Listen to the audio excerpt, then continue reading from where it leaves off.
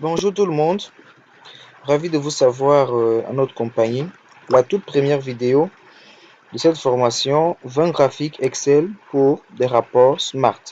Dans une précédente vidéo, nous vous présentions le contenu de cette formation centrée sur la conception de différents graphiques, en l'occurrence 20 graphiques, via le logiciel Excel. Si vous avez manqué cette vidéo de présentation ou d'introduction à cette formation, pas de panique, nous avons mis le lien en commentaire ou bien en description, autant pour nous, en description, pour vous permettre de voir d'avance tous les graphiques que nous allons concevoir durant cette formation.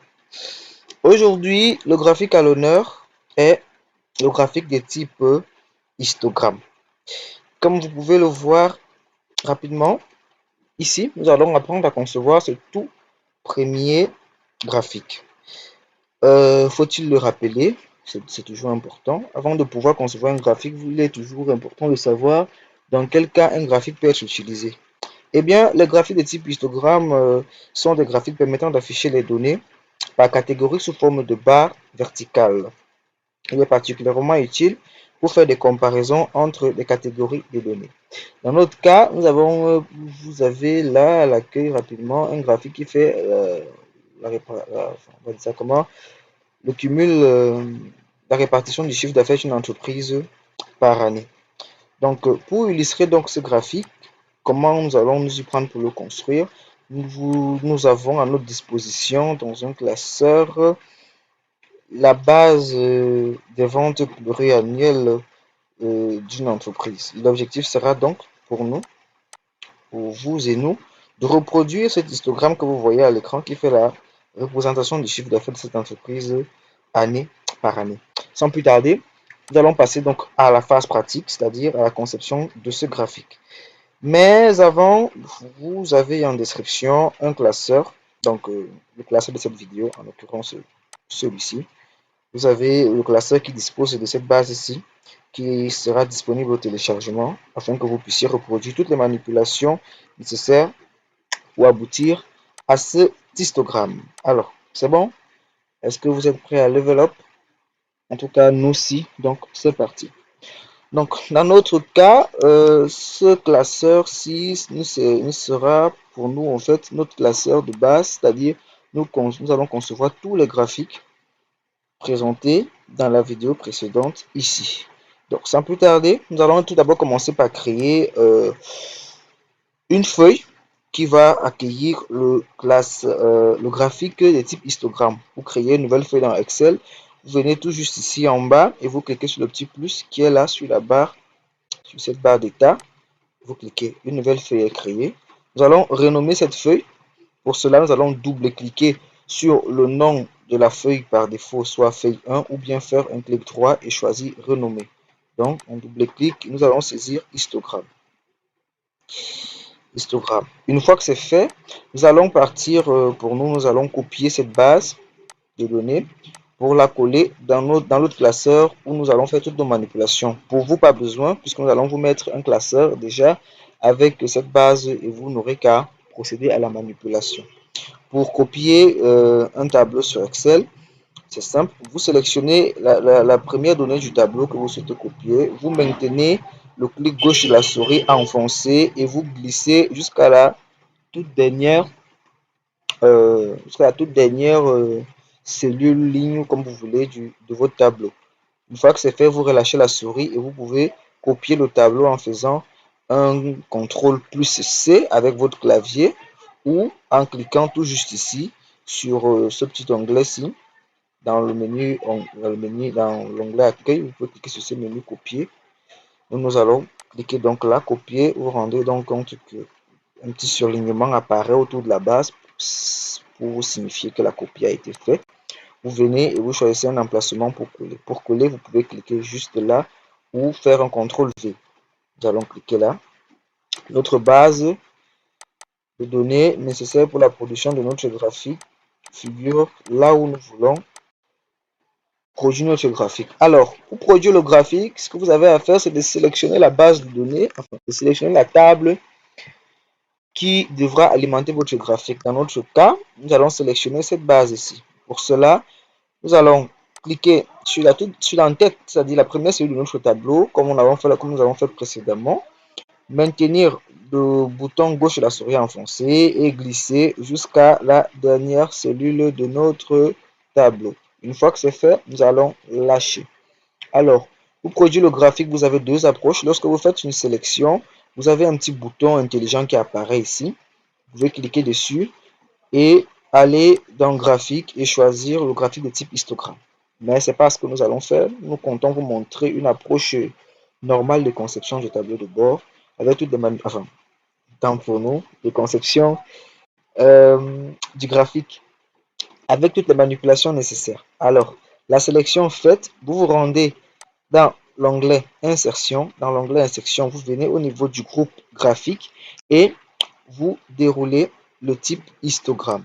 Une fois que c'est fait, vous avez toute une panoplie d'histogrammes qui apparaît. Nous, ce qui nous intéresse, c'est le tout premier, à savoir les histogrammes groupés. Vous voyez, lorsqu'on survole rapidement en positionnant juste la souris sur une forme de graphique, on a un aperçu du graphique que nous allons avoir. Nous allons faire un clic gauche sur le tout premier.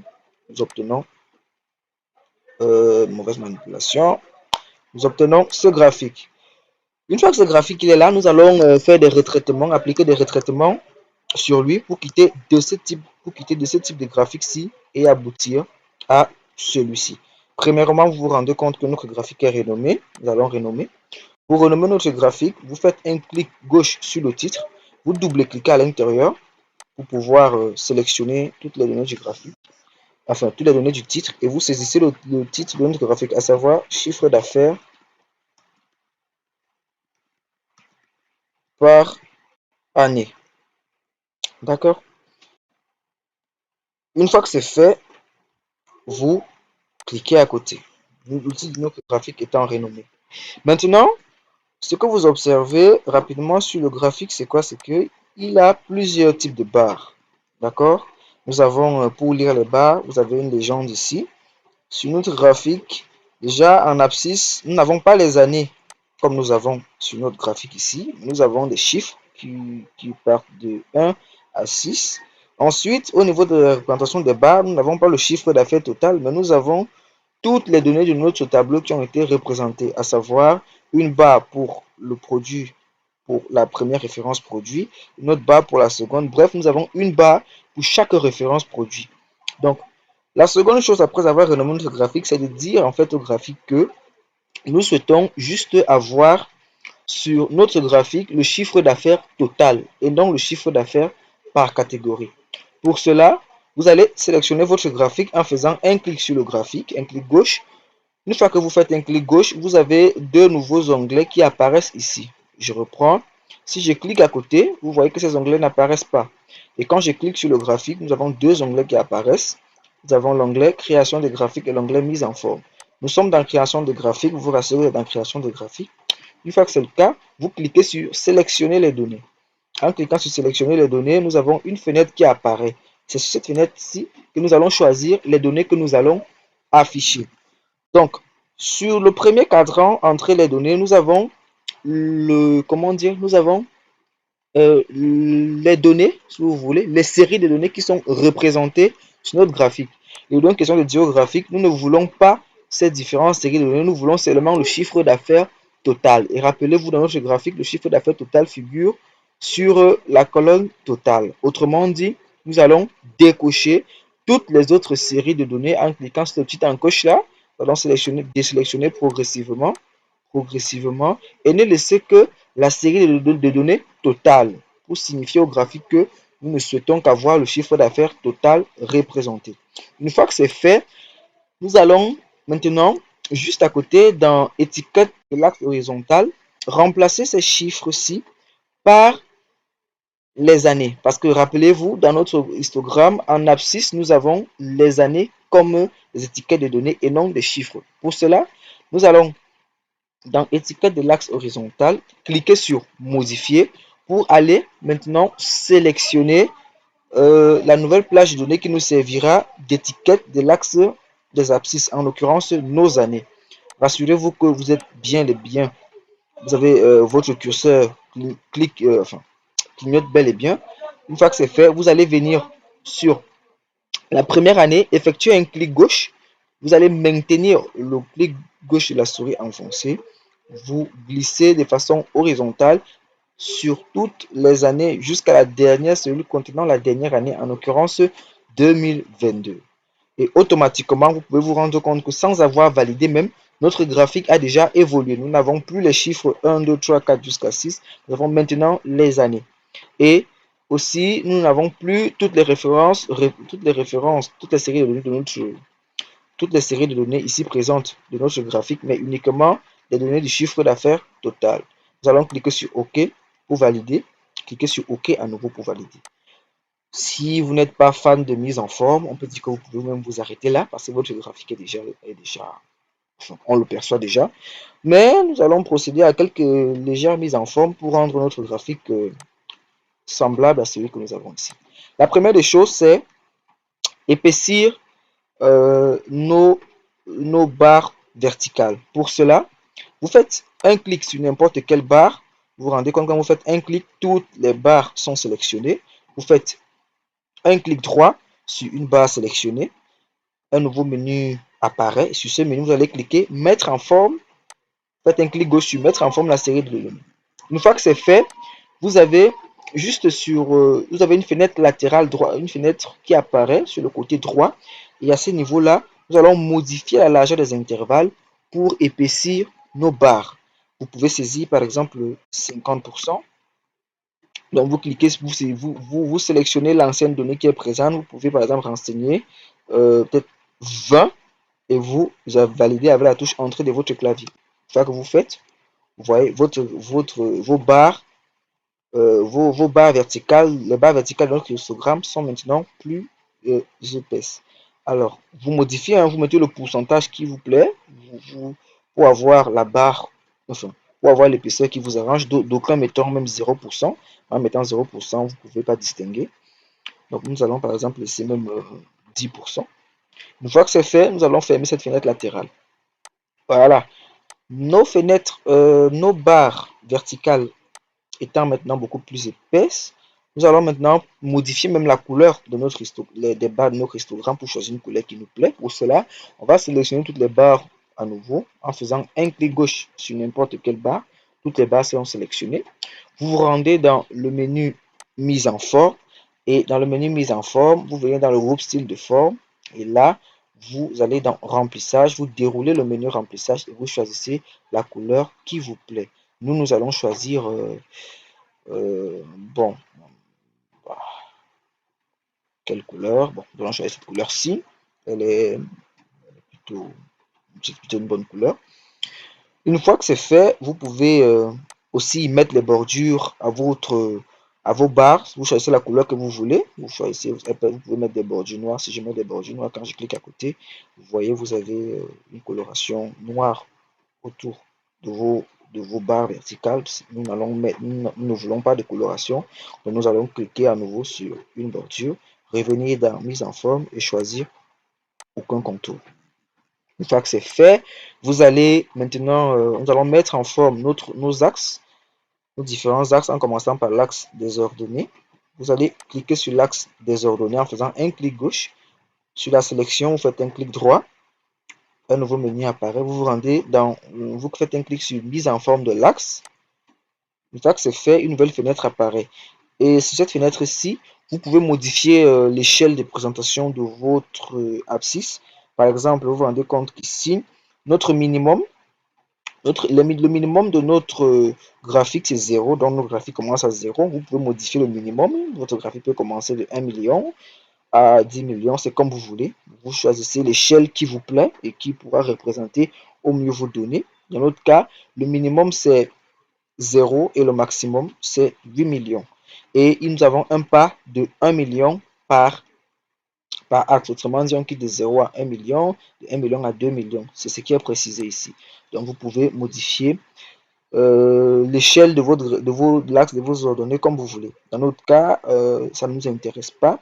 Nous voulons mettre en forme la lecture des données de notre barre des ordonnées.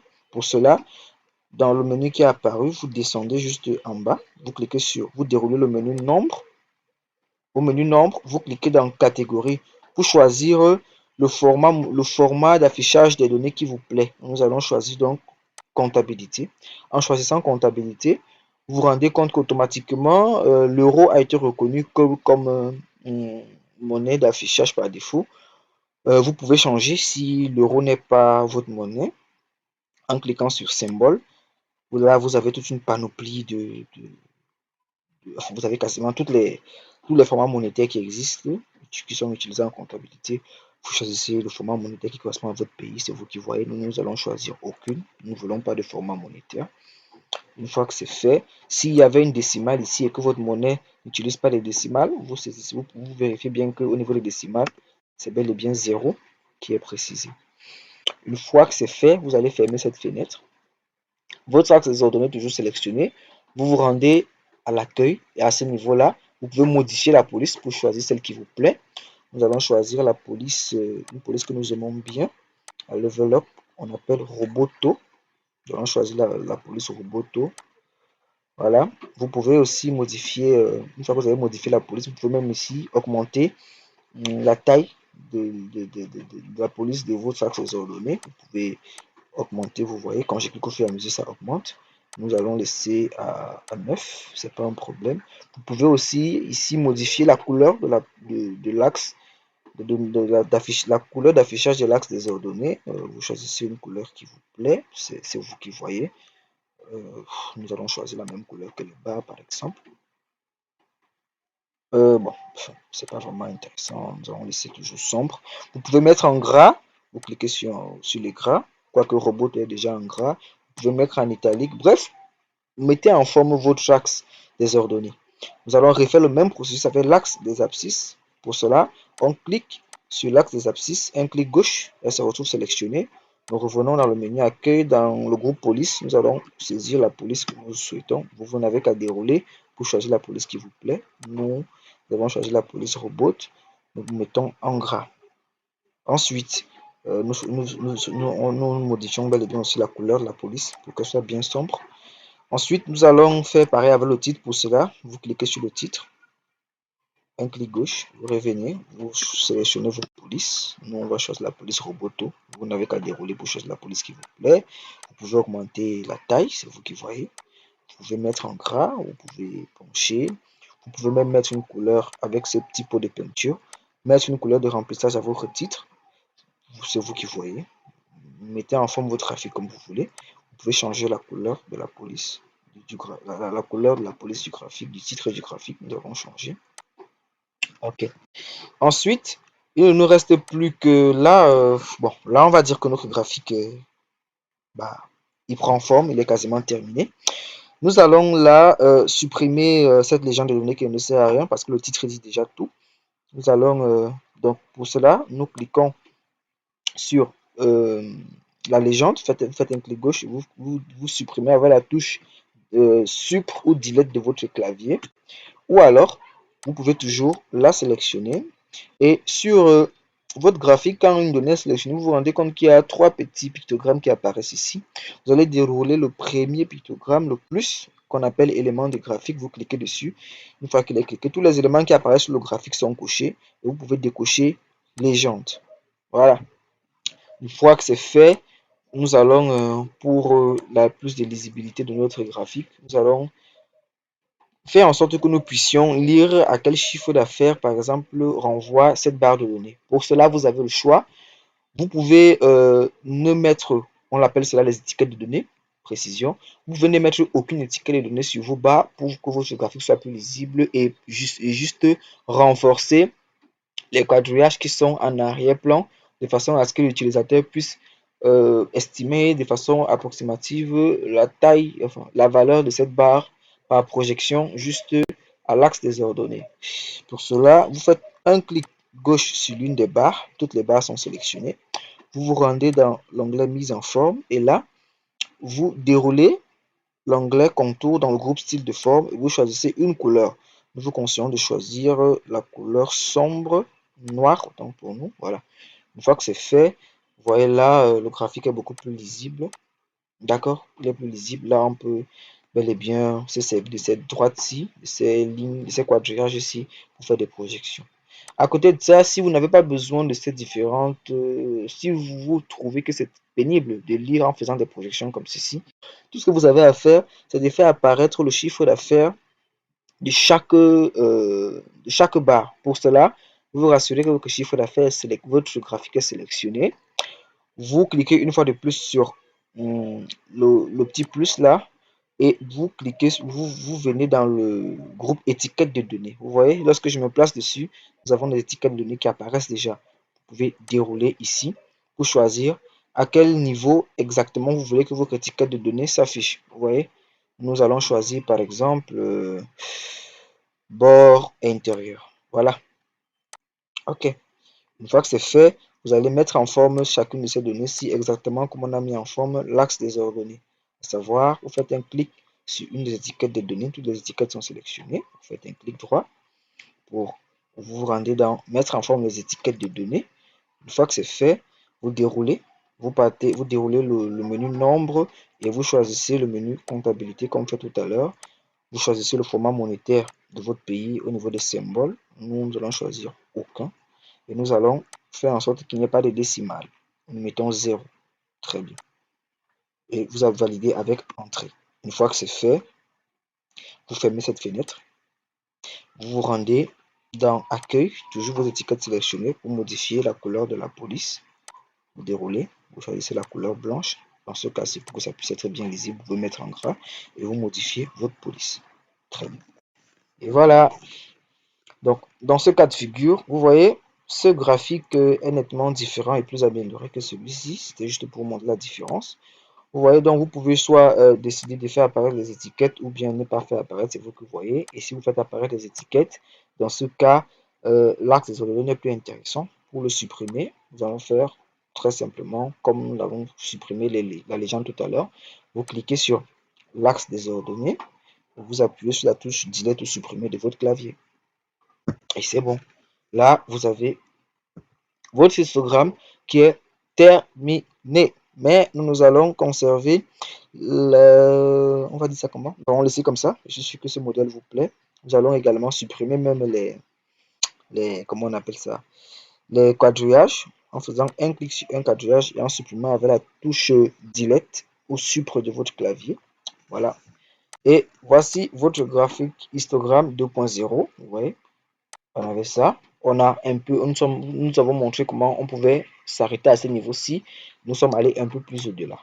Donc, à vous de, grâce au fichier que nous avons mis à votre disposition, à vous de reproduire le graphique de type histogramme et de choisir la mise en forme qui vous arrange. Vous aurez pu vous arrêter à cette mise en forme ici, ou bien vous pouvez continuer jusqu'à cette mise en forme-ci. Alors, nous arrivons donc au terme de cette vidéo qui est assez longue parce que nous avons voulu prendre notre temps pour vous expliquer comment on conçoit ce graphique. Nous espérons que la démarche a été assez claire, que nous n'avons pas été très rapides, que vous avez pu voir comment concevoir ce type de graphique, comment et toutes les mises en forme nécessaires pour que ce graphique ressemble à un histogramme digne de ce nom. Donc, c'était tout ce que nous avons à partager pour vous pour cette première vidéo. N'hésitez pas à liker la vidéo si elle vous a plu, si vous avez appris quelque chose, à commenter, à nous dire ce que vous avez aimé, ce que vous n'avez pas aimé. Ça nous aidera à améliorer les prochaines vidéos. Si nous allons très vite, vous nous dites, nous allons ralentir la cadence. Et nous espérons que cette vidéo vous a plu. Nous vous disons à la semaine prochaine pour un nouveau numéro de cette vidéo de formation. Merci.